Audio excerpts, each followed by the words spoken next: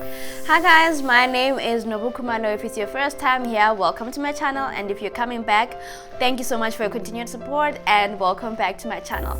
Please take a moment to check if you're subscribed, and if you're not, please click the red subscribe button below and click the notification bell so that each time I upload a video you will be notified and you'll never miss anything.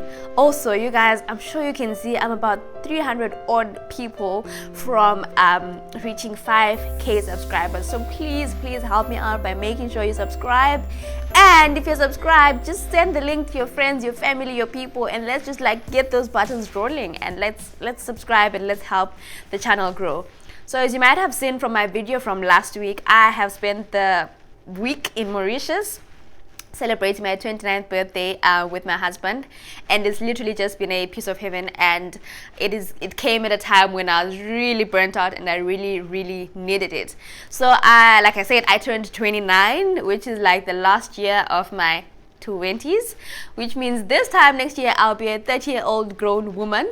And so I've just been thinking about how, I feel by the time you reach 30, as a bare minimum, you should know who you are, like know yourself, right?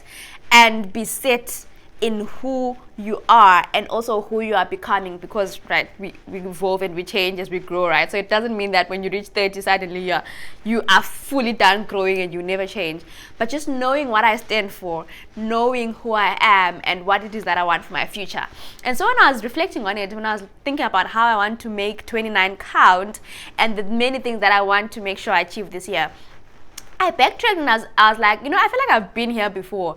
Like, not necessarily for my 29th, because it's the only time, this first time that I'm turning 29. But I've been in a position where I say, this is what I want for the year. This is what I want to achieve. This is how I want to be better. But somewhere along the line, around February, March, those plans that I would have made for myself start to look a little bit tricky. So I found myself thinking, I seem to be very good at setting goals. I don't really write them down, right? But in the back of my head, I kind of always know what it is that I want to achieve. But when it comes to implementation, it has been a very tricky thing for me, right? And so I think that surely I'm not the only one who struggles with this. Surely I'm not the only person who, is so good at planning, so good at setting things that they want to achieve. I want to be promoted. I want to learn a new skill. I want to lose so much weight. I want to be able to run 5k in, 15 minutes, whatever it is that you runners do. But when it comes to the actual action, we fall flat. So I took time to study and read about why it is that we seem to struggle with the actual implementation of the plans that we have.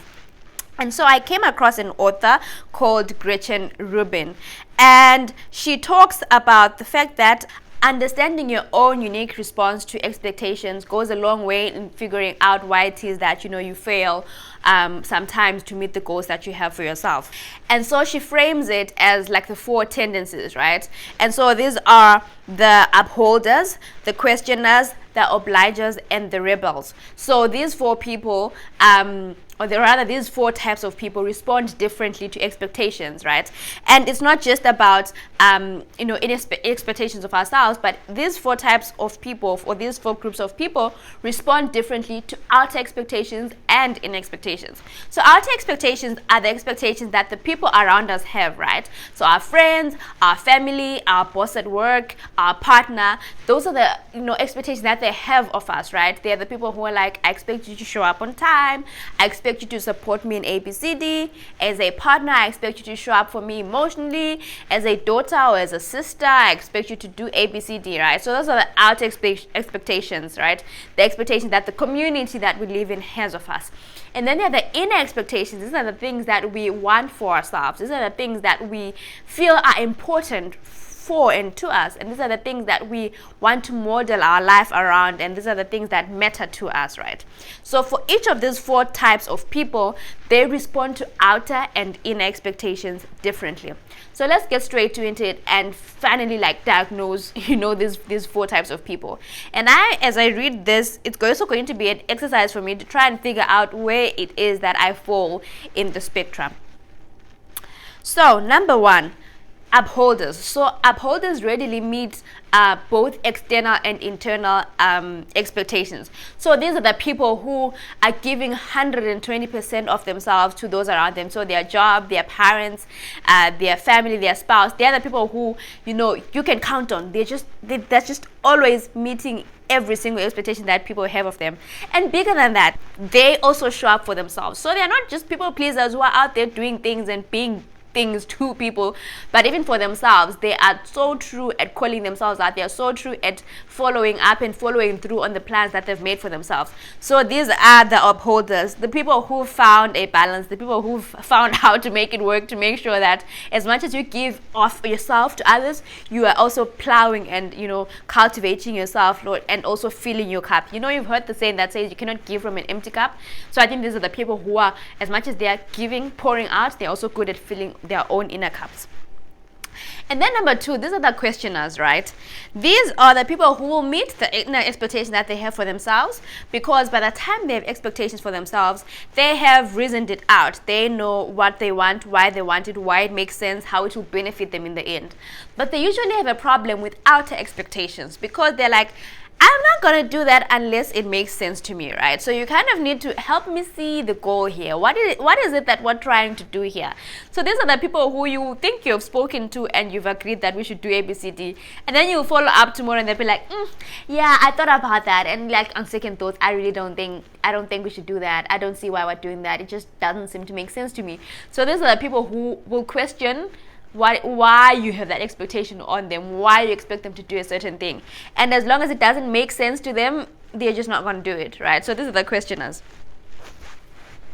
And then these are the obligers. These are the people who readily meet outside expectations, who, wherever they are, when they speak about Nobu, they know that we can count on Nobu. We can count on Nobu to show up on time. We can count on Nobu to do an amazing job and deliver on this. We can count on Nobu to be there when we need her in our dire situations. But Nobu struggles to show up for herself, right? So she is always pouring and pouring and pouring and pouring, but never pouring back into herself.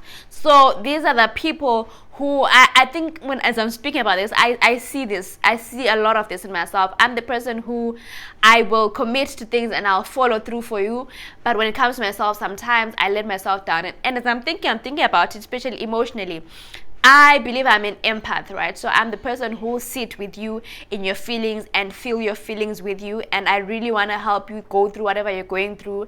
And for the most part, I think I'm good at listening and, helping people through their emotions. But when I think of myself, I avoid my emotions like a plague. So I will pretend the thing did not happen. The most dire thing will happen to me and I'll be like, yeah, sure.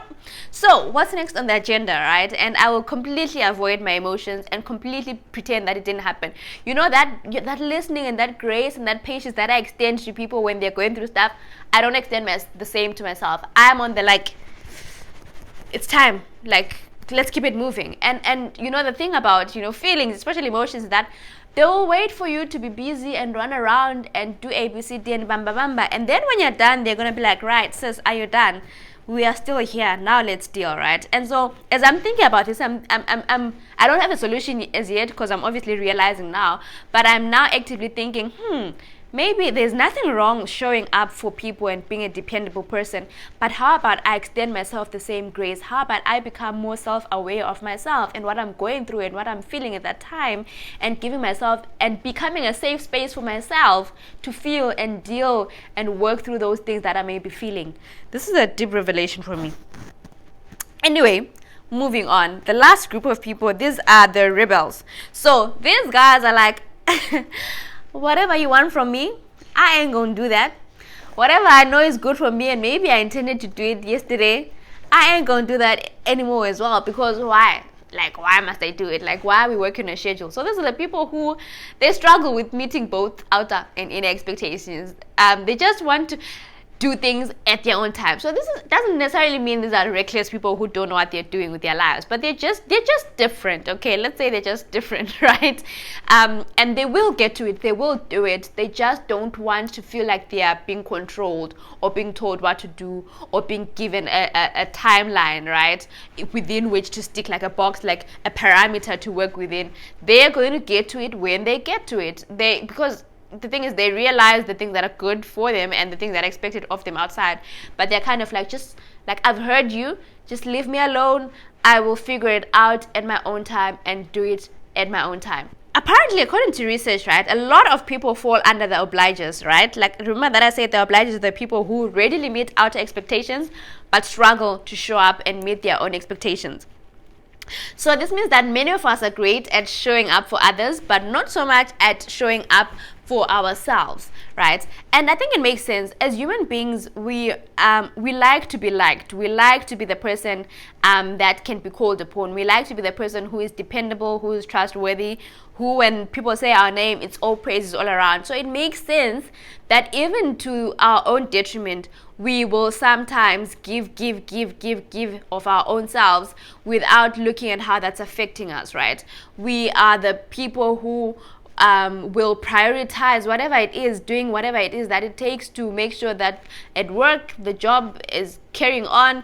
But even if that means I don't sleep anymore, even if that means that my family misses at home, they're just gonna have to wait because I need to show up the best way possible. And like I said, I see a lot of that in myself. I see a lot of that in the goals that I've set for myself year in, year out, where I'm like, I want to do this, I want to do this, I want to do that.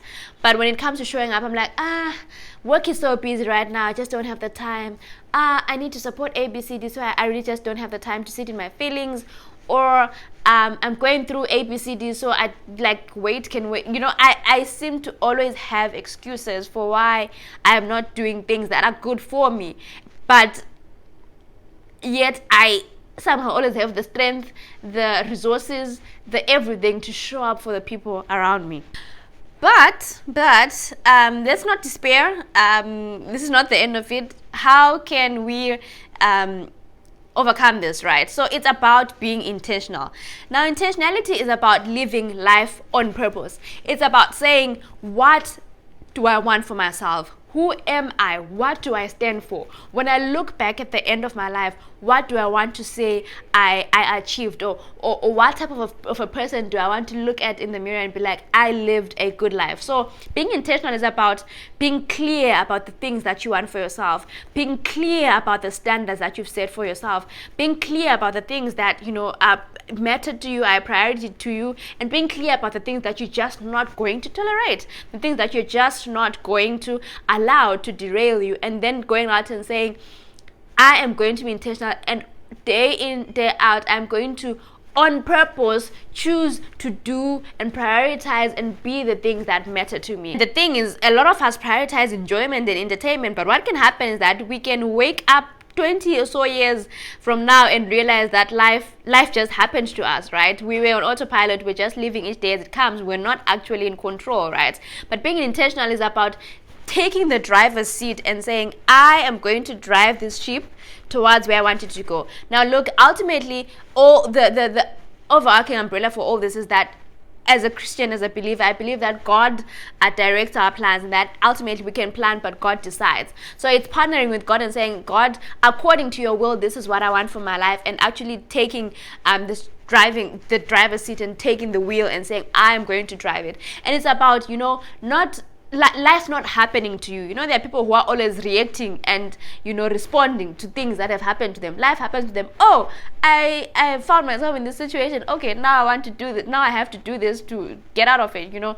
But it's about carefully planning and being very focused and direct about the things that happen, such that you're not always responding to life, but you can carefully plan and set out. And when things do happen, as life happens, you're not that much shaken, because it's just an occurrence. It's not the regular programming of your life, that life just keeps happening to you.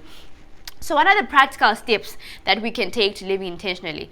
Number one, be your own gatekeeper. I think for the many things that I've said I don't have time for, when I think about it, I spend a lot of time doing unimportant things. I spend a lot of time scrolling and refreshing Instagram, and then I go to the explore page, and when that's done, I jump to Twitter and I scroll. When I get to the end, I refresh, and then when that's done, I jump to Facebook. Like, we spend a lot of time, a lot of needless time doing things that don't really matter. Now, I'm not saying like cut out enjoyment, like I said earlier. No, there's time and there's space, and everyone needs to enjoy it. But it's also about, being your own gatekeeper and saying, okay, this is how much time I think is healthy for me to spend doing ABCD.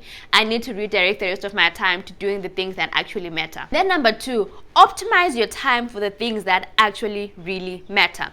Now, one of the goals that I had at the beginning of the year was that I want to show up for myself physically by being more active.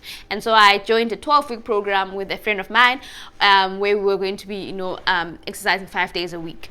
But now what I used to do is, because I'm not a morning person, I would leave it to the end of the day. So when I'm working at home, I'll do it over lunchtime. That's a bit better. But when I was working from the office, I'd be like, I'll do it in the evening when I come back. And as you know it, after you've had a long day at work, the last thing you need is to go to the gym, right? So I realized that I kept, on some days being like, I'm too tired, the day was too long, so I'm not going to do it. And so I came across a saying that says, if it's your job to eat a frog, it's best to do it first thing in the morning. And if it's your job to eat 2 frogs, it's best to eat the biggest one first. So the first one is basically saying, if there's something that you absolutely need to do, something that really matters to you, the best thing for you to do is to do it first thing in the day, so that nothing can distract you, so that all the other things, the outer things that will get thrown at you, the outer expectations that my boss, my family, and everyone will have of me demanding of my time, is not going to derail my plans. So like I said, I'm not a morning person, but I realized if I really want to show up for myself with this 12-week program, I just have to do it first thing in the morning. So I normally woke up at 8, but now I shifted and I now wake up at 7 a.m., like an hour earlier. This gives me an hour to go through my program, and by the time I get to work, I'm feeling energized. And bigger than that, when I come back home from the office, I'm not feeling like there's just that one more thing that I have to do, right? And so it's about, figuring out the things that you value. Is it time with family? If it's time with family that you value, put it in your calendar. Block it out in your work calendar, so that people always know that between 6 and 7 or 6 and 8, you are with family having dinner or whatever it is. If it's the gym, like I said, do it first thing in the morning as much as you can. Basically, figure out what matters to you and put safeguards and make plans and put blocks and make sure that nothing ever steals that time away from you, and just make sure that you're always showing up for those things. Number 3, control your habits and environment. A lot of us have an idea of the things that we want for ourselves, but because we consume a lot of social media, we allow outside things to end up influencing, our standards, to end up influencing the goals that we have for ourselves. Suddenly those things that were important to us don't seem very important anymore, or suddenly those things that we didn't find important, suddenly because everyone thinks it's important, it becomes important to us. So it's very important to be intentional and be very aware of the types of stuff that you're consuming, especially on social media, right? Figure out, are these people helping me be better, or are they derailing me from my plans? And you have the control. You can unfollow, you can unsubscribe, you can unfriend. Even in real life, sometimes you have to have the conversation with yourself and be like, is this person genuinely helping me to become better? And if they're not, maybe it's a time we have a conversation about, maybe going our separate ways. And it's literally just about taking control and making sure that, you control your environment and what you feed yourself, because what you feed yourself also affects what you then produce. And number 4, build genuine connections. I think in the world of social media, a lot of us are so linked with people online that we forget to have real life friends, people who actually really know us, and people who can positively influence us. So like I did say earlier, the fact that this 12-week program, I'm doing it with a friend of mine, she's the one who actually put me on it, right? I shared with her, because we have a connection, because we're friends, I shared with her that, Tebi, I need to lose weight. I need to become more active. And she was like, okay, I know this 12-week program, I've done it before and it's worked for me this way, so how about we do it together? And so you see, by building genuine connections, you get to feed off and grow off other people's experiences, like, because here was someone who was saying, I've done this before and it's worked for me, so why don't you try it as well? So that's kind of what connections do for you, right? You get to learn and be mentored and benefit from other people's experiences, and that then helps you also as you shape your own experiences to be better. And when you have a community, they will keep you accountable. So on some days when I don't feel like showing up, I'm like, ish, what will I say to her when I've not showed up because I felt lazy? And so just for that very reason, I will show up, and it helps us also to stay accountable. And it also just helps us, to share how we're feeling, how it's working for us when we're feeling frustrated or tired, and we can be there to encourage each other and be accountable to each other. And then number 5, be very stubborn with your standards. Know yourself. Know what you stand for and know what you do not stand for. And do not let anyone tell you otherwise. Now look, there's always room for change. As we grow, we discover more, we learn more, we evolve. That said, as a human being, as a bare minimum, know your values, know the things that are important to you, and be relentless in safeguarding those things, and be relentless in making sure that those things that are important to you take priority in your life. And it's about, knowing that there's always going to be something exciting out there. There's always be something fun to do, right? There's always going to be friends who are going to do something today or tomorrow at the time when you should be doing something that actually matters to you. But it's about saying, as much as I will from time to time, indulge you guys, ultimately these are my standards and I do not stand for anything else. And some of us are good at setting the standards, but at the slightest sight of inconvenience, we will let go of those standards. At the slightest, sight of someone begging us to, maybe reconsider, we will let go of those standards. But it's about knowing who you are, being true to yourself, the things that you value, and then safeguarding those and being like, this is what I stand for, and I'm not going to allow anyone to derail me or convince me otherwise. And then finally, focus on consistency over perfection. A lot of us get bottled down in trying to make sure that we are doing things perfectly and they're working out perfectly. But we all start things as beginners, and the only way you get to being perfect at something is by consistently doing it over and over and over and over again, and consistently becoming better and better and better and better each and every day. So instead of focusing on doing the thing perfectly, how about you focus on just showing up for yourself, like on a daily basis, just choosing to say, I want to show up for myself. I would do it crying, I would do it tired, I would do it cursing. We don't curse over here, but if you curse, I would do it cursing. I would do it when I don't feel like it. I would do it when it's raining. But what I will do for sure is that I'll show up for myself. And I think we've all heard about the 1% rule, something about how when you do something over and over again, you get 1% better. So when you look at today vis-a-vis tomorrow, 1% doesn't look that much better. But think about it 365 days from now, when you've just been having an increment, a small increment to how better you've been becoming, and then look at how that's going to compound and make you a better person. So forget about perfection for now. Just show up consistently, and I can guarantee you that by just being consistent, you get to a point where you have mastered the skill and you are, as much as is possible, perfect. So yeah, these are the the practical ways or the practical things that we can implement in our lives to make sure that we're living an intentional life and that life is not happening to us. And in conclusion, I'm just going to read this paragraph that I have here, which says, intentional living is a practice, not a destination. It's about waking up each day and choosing again and again to show up as the author of your own story. And while it's not always easy, the rewards are immeasurable. When you live with intentionality, you gain a sense of clarity, of purpose, and fulfillment that no amount of social media likes, binges, or even well-intentioned learning can achieve. You start to see tangible process on the goals and dreams that light you up inside, rather than spinning your wheels on things that don't truly matter. And you inspire others to do the same, creating a ripple effect of positive change in the world around you. So if you're So if you're ready to break free from the drift of procrastination and start living on purpose, embrace intentionality and your future self well. Thank you. I hope you guys have enjoyed this video. If it's been helpful to you, please like, please share, please comment below, and please subscribe. And let's just all go out there and just be more intentional about who we want to be more intentional about what we want for ourselves. Thank you for your time, and I'll see you guys again next time. Goodbye.